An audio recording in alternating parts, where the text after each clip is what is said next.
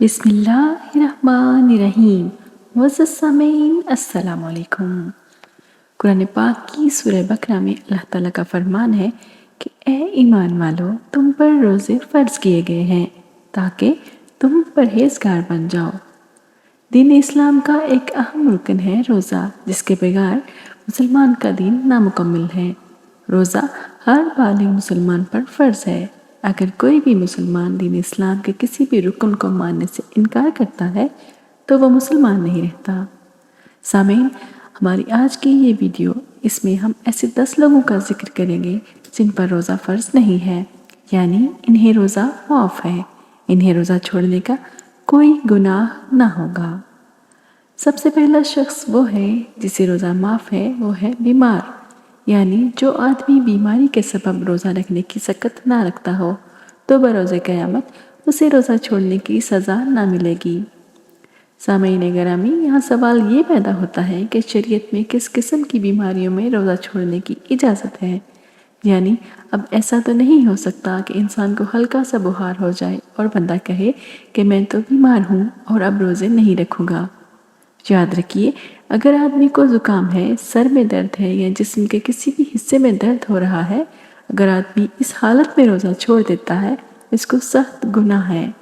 یہاں ایسی مرض کا ذکر ہوتا ہے کہ آدمی کو بہت سخت قسم کا مرض ہو، ڈاکٹر بیمار کو یہ کہہ دے کہ اگر تم زیادہ دیر تک بھوکے اور پیاسے رہے تو تمہارا مرض مزید بڑھتا رہے گا، یہاں تک کہ تمہاری موت ہونے کا خطرہ ہے۔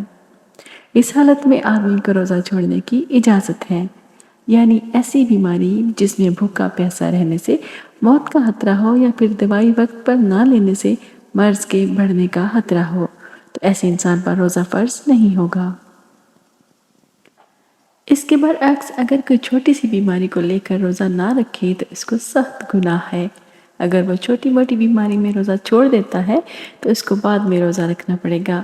اگر انسان کو ایسی بیماری لگ گئی ہے کہ اس کو یقین ہے کہ اب وہ ٹھیک نہیں ہوگا، یہ بیماری اس کو موت کے منہ میں لے جائے گی، اس کو چاہیے کہ اپنے گھر والوں کو نصیحت کر جائے کہ مجھ سے اتنے روزے چھوٹ گئے ہیں، اس کا فدیہ ادا کر دینا۔ روزوں کو چھوڑنے کا فدیہ یہ ہے کہ ایک مسکین کو دونوں وقت کا کھانا پیٹ بھر کر کھلایا جائے۔ نمبر 2، حاملہ عورت کو بھی روزہ چھوڑنے کی اجازت ہے۔ یہاں اس بات کا ذکر بہت ضروری ہے کہ جب عورت اپنے بچے کو جنم دے لے، صحت یاب ہو جائے تو اس کو چاہیے کہ اپنے چھوڑے گئے روزوں کو پورا کر لے۔ یہاں دوسری بات یہ ہے کہ اگر عورت حاملہ ہے اور اس کو ماہر ڈاکٹر یہ کہتا ہے کہ اگر تم روزہ رکھ لو تو تمہاری جان کو اور بچے کو کوئی خطرہ نہیں ہے، تو ایسی عورت کو روزہ چھوڑنے کی اجازت نہیں ہے، اس کو لازمی روزہ رکھنا چاہیے۔ اگر وہ روزہ نہیں رکھتی تو اس کو سخت گناہ ہے۔ نمبر 3، بوڑھا آدمی۔ اگر ایک آدمی کو اتنا بڑھاپا آ گیا ہو اور وہ بہت کمزور اور بیمار ہو گیا ہو، تو اس کو اتنی کمزوری ہو گئی ہے کہ اس کے بھوکے پیاسے رہنے سے اس کی موت واقع ہو سکتی ہے، تو اس کو یہ ڈر ہو کہ اگر میں نے اپنے پیٹ کو زیادہ دیر تک خالی رکھا تو مجھے موت کا خطرہ ہے، اس بوڑھے کے لیے بھی روزہ چھوڑ دینے کا کوئی گناہ نہیں ہے۔ ایسے بوڑھے آدمی کے لیے بھی روزہ اللہ تعالیٰ کی طرف سے معاف ہے۔ ایسے آدمی کے لیے فدیہ یہ ہے کہ اگر اس میں تھوڑی بہت طاقت آ جائے تو اس کو اپنے چھوڑے ہوئے روزے پورے کرنے ہوں گے۔ اگر بوڑھے آدمی کو بڑھاپے نے اتنا گھیر لیا ہو کہ اس کو یقین ہو کہ اب میں طاقتور نہیں ہو سکتا، اس حالت میں اس کو اپنے ہر روزے کے بدلے فدیہ ادا کرنا پڑے گا۔ اس کے لیے فدیہ یہ ہے کہ ایک مسکین کو صبح اور شام پیٹ بھر کر کھانا کھلائے۔ نمبر 4، دودھ پلانے والی عورت۔ یہاں پر یہ واضح کر دینا بہت ہی بہتر ہوگا کہ قدیم زمانوں میں عورتیں دوسروں کے بچوں کو دودھ پلایا کرتی تھی، وہ 2 یا 3 سال بچوں کو دودھ پلایا کرتی تھی۔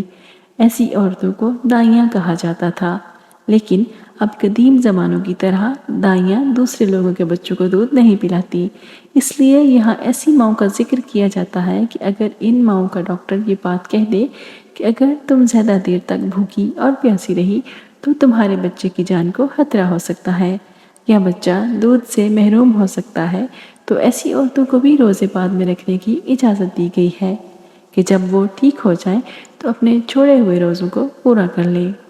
نمبر 5، پاگل آدمی۔ جس آدمی کا ذہنی توازن ٹھیک نہ ہو اور وہ ہر وقت ادھر ادھر کی باتیں کرتا رہتا ہو، اس کو یہ خبر نہ ہو کہ میں کیا بات کر رہا ہوں، اس کے لیے بھی روزے نہ رکھنے کا گناہ نہیں ہے۔ اس کے علاوہ ایسا آدمی جس کو پتہ نہ ہو کہ وہ اچانک اپنے ہوش و حواس کھو بیٹھتا ہو، تو ایسے آدمی کو بھی روزہ چھوڑنے کا گناہ نہیں ہوتا۔ جب وہ ٹھیک ہو جائے تو اپنے چھوڑے ہوئے روزوں کو پورا کر لے۔ نمبر 6، حیض و نفاس والی عورتیں۔ ایسی عورتوں کو بھی روزہ رکھنا معاف ہے، لیکن اگر یہ ٹھیک ہو جائیں، صحت یاب ہو جائیں تو ان روزوں کو پورا کر دینا چاہیے، ورنہ سخت گناہ کی مرتکب ہوں گی۔ اگر حیض اور نفاس والی عورتیں روزہ رکھ بھی لیتی ہیں تو ان کو ثواب کی بجائے سخت گناہ ہوگا۔ حیض اور نفاس والی عورتوں کو چاہیے کہ جب وہ پاک اور صاف ہو جائیں تو اپنے چھوڑے ہوئے روزوں کو پورا کر لیں۔ اگر ایسی عورتیں پاک اور صاف ہونے کے بعد اپنے روزوں کو پورا نہیں کرتی تو ان کے لیے سخت گناہ ہے۔ نمبر 7، مسافر آدمی۔ اگر سفر کی مسافت کی مقدار کم از کم 48 میل یا اس سے زیادہ ہے تو ایسے شخص کو اپنے شہر کی حدود سے نکلنے کے بعد روزہ رکھنے یا نہ رکھنے کا اختیار ہوگا، اور نہ رکھنے کی صورت میں بعد میں اس روزے کی قضا کرنا لازم ہوگی۔ تاہم اگر سفر کے دوران روزہ رکھنے میں سہولت ہے، دشواری نہیں ہے تو روزہ رکھ لینا بہتر ہے۔ اگر روزہ رکھنے میں مشقت اور دشواری ہے تو اس صورت میں روزہ نہ رکھنے کی بھی اجازت ہے، اور اگر شرعی سفر میں مشقت بہت زیادہ ہو تو روزہ نہ رکھنا بہتر ہے۔ باہر دو صورت بعد میں اس روزہ کی قضا کر لے۔ نمبر 8، ایسا آدمی جس کی جان کو خطرہ ہو۔ اگر کسی آدمی کے پاس کوئی طاقتور آدمی ہتھیار لے کر آ جائے اور کہنے لگ جائے کہ اگر تم نے روزہ رکھا تو میں تمہیں جان سے مار دوں گا، ایسے آدمی کے لیے بھی روزہ چھوڑنا جائز ہے۔ جب اس کے سر سے یہ خطرہ ٹل جائے تو اس کو چاہیے کہ اپنے چھوڑے ہوئے روزے پورے کر لے۔ اگر وہ اپنے چھوڑے گئے روزوں کو پورا نہیں کرتا تو سخت گناہ کا مرتکب ہوگا۔ نابالغ بچہ۔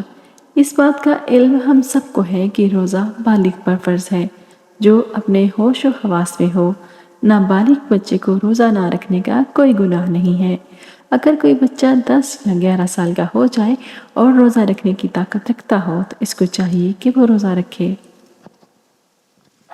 اگر 10 یا 11 سال کا بچہ روزہ نہیں رکھتا تو اس کے والدین کو چاہیے کہ اس بچے پر سختی کر کے اس کو روزہ رکھوائیں۔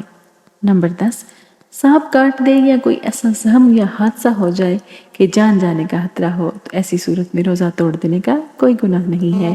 سامعین گرامی، جن لوگوں نے ان عذروں کے سبب روزہ توڑا ان پر فرض ہے کہ ان روزوں کی قضا رکھے، اور ان قضا روزوں میں ترتیب فرض نہیں ہے، لہٰذا اگر ان روزوں کے پہلے نفل روزے رکھیں تو یہ نفلی روزے ہوں گے، مگر حکم یہ ہے کہ عذر جانے کے بعد دوسرے رمضان کے آنے سے پہلے قضا رکھ لیں۔ اللہ تعالیٰ سے دعا ہے کہ ہم سب کو روزے رکھنے اور عبادتیں کرنے کی توفیق عطا فرمائے۔ ہم سب کو اپنی دعاؤں میں ضرور یاد رکھیے، اپنا اور دوسروں کا بہت سارا خیال رکھیے۔ اگر آپ میرے چینل پر نئے ہیں تو اسے ابھی سبسکرائب کر لیجئے اور یہ ویڈیو اپنے دوستوں کے ساتھ ضرور شیئر کیجئے۔ بیل آئیکن کو دبانا نہ بھولیے تاکہ آپ کو مزید معلوماتی ویڈیوز بر وقت ملتی رہیں۔ زہرا آپا کو اجازت دیجیے۔ اللہ حافظ۔